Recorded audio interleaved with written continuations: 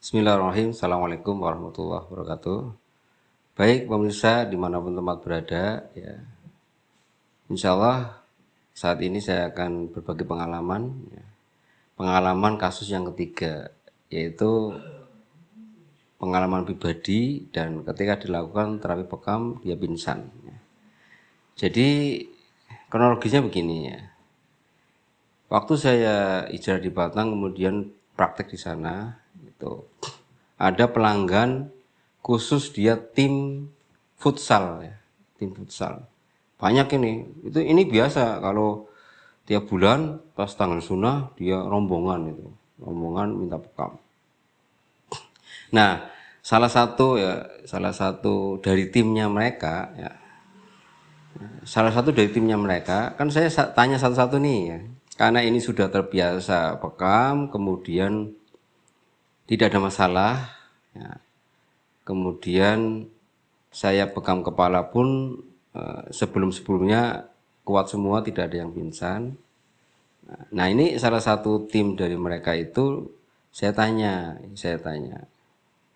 ini tidurnya gimana tadi malam? Dia bilang, oh saya bergadang, saya tidur hanya 1 jam aja, ya tidak nyenyak lah kayak gitu. Terus habis itu masuk subuh, sholat subuh kayak gitu. Terus saya bilang, ini lebih baik, ya, ini pengalaman yang sudah saya pernah kejadian itu, dia kurang istirahat, gara-gara kurang istirahat, tidurnya kurang, kemudian saya bekam itu pingsan gitu. Jadi baiknya ditunda aja 2 hari ke depan lah. Yang penting nanti malam tidur nyenyak, ya tidur istirahat cukup, nanti besoknya kesini lagi baru saya bekam itu. Tapi dia maksa itu, enggak, sebelumnya aja saya kuat kok, wis bener ini, saya tantang, ini bener ini, wis ora apa-apa, buktikan aja, pokoknya saya kuat kayak gitu. Dia maksa gitu. Nah, saya sebagai terapis ya, saya lihat sih memang enggak pucat, lidahnya ya juga merah cukup lah itu, nadinya juga cukup itu. Tapi karena saya pernah ya punya pengalaman waktu di Karanglesem, Purwokerto Selatan ya, jadi karena 3 hari itu dia kurang tidur ya, tidur hanya beberapa jam saja, ya, itu membuat dia pingsan. Padahal secara teori ya, secara ilmu bekam itu kalau darahnya cukup, nadinya bertenaga cukup, wajahnya juga tidak pucat, itu insya Allah layak dibekam itu. Tapi dari pengalaman itu ya, kehati-hatian saya itu artinya kalau malamnya bergadang kurang tidur itu baiknya ditunda dulu bekamnya itu. Saya tidak melihat dia cukupnya darah atau energinya pada saat itu cukup, tidak, tapi saya lihat dari istirahat yang sangat minim lah itu. Nah dia maksa, nah, begitu maksa ya sudah, karena dia maksa ya saya buktikan gitu kan, saya bekam kepalanya nih, itu kepalanya, karena dia maunya memang bukan kepala itu. Begitu saya cukur, saya halusi, saya kop itu. Nah ini berarti masuk tarikan ketiga. Jadi tarikan ke-1 kan untuk pengumpulan itu kan selama 2-3 menit lah. Nanti baru dilukai. Ini tarikan kedua nih, tarikan kedua. Belum ada tanda-tanda pingsan itu. Minta ditarik lagi itu. Jadi tarikan ketiganya ini baru dia langsung katanya, ih kok agak kunang-kunangan nih. Langsung saya lihat bibinya itu langsung pucet, terus mual. Habis itu belum sempat saya lepas, langsung kayak pingsan.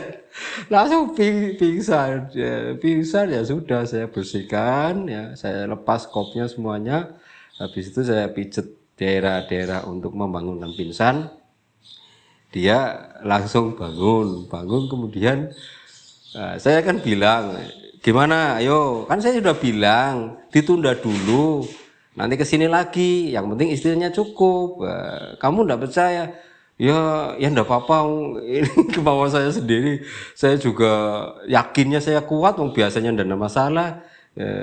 Iya, walaupun demikian kan saya punya pengalaman, artinya kalau istirahat kurang itu tidurnya kurang juga ada yang pingsan walaupun dia tidak pucat gitu. Ya, ternyata inilah terbukti di pasien yang ketiga ini yang pingsan.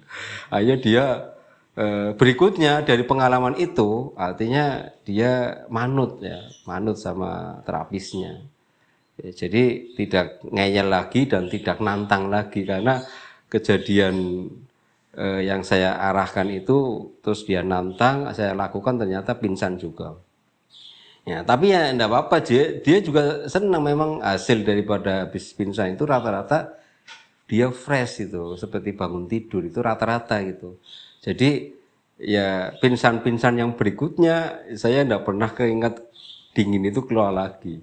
Bahkan kalau ada pingsan terus dia gitu saya malah ketawa, malah saya senyum.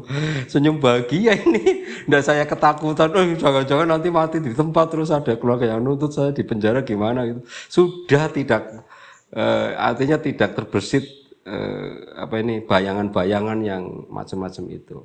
Ini juga menguatkan mental saya, kemudian menguatkan juga ketika saya memberikan arahan kepada klien atau pasien, kemudian dengan pengalaman yang sudah saya alami sendiri, pengalaman pribadi, saya lebih kuat lagi untuk ya artinya mengultimatum kepada klien yang memaksa mau dipekam begitu.